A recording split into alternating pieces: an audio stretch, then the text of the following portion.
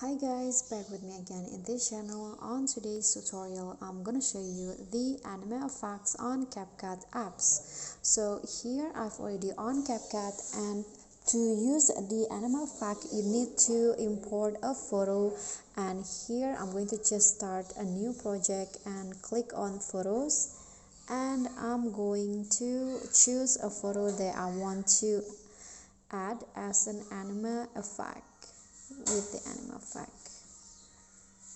So wait a second. Okay, so I've already added a photo, and to apply the anime effect you can just click on the photo and go to style, and then after that swipe until you find there are various options of anime effects: GP anime, dreamy anime, cat, and also muscle man. You can just choose which one that fits your photo the best. So here is the example of the GP or Japanese anime, and then dreamy you can also change it into other anime like this. And after that you can export your photo if you are done with the anime effect.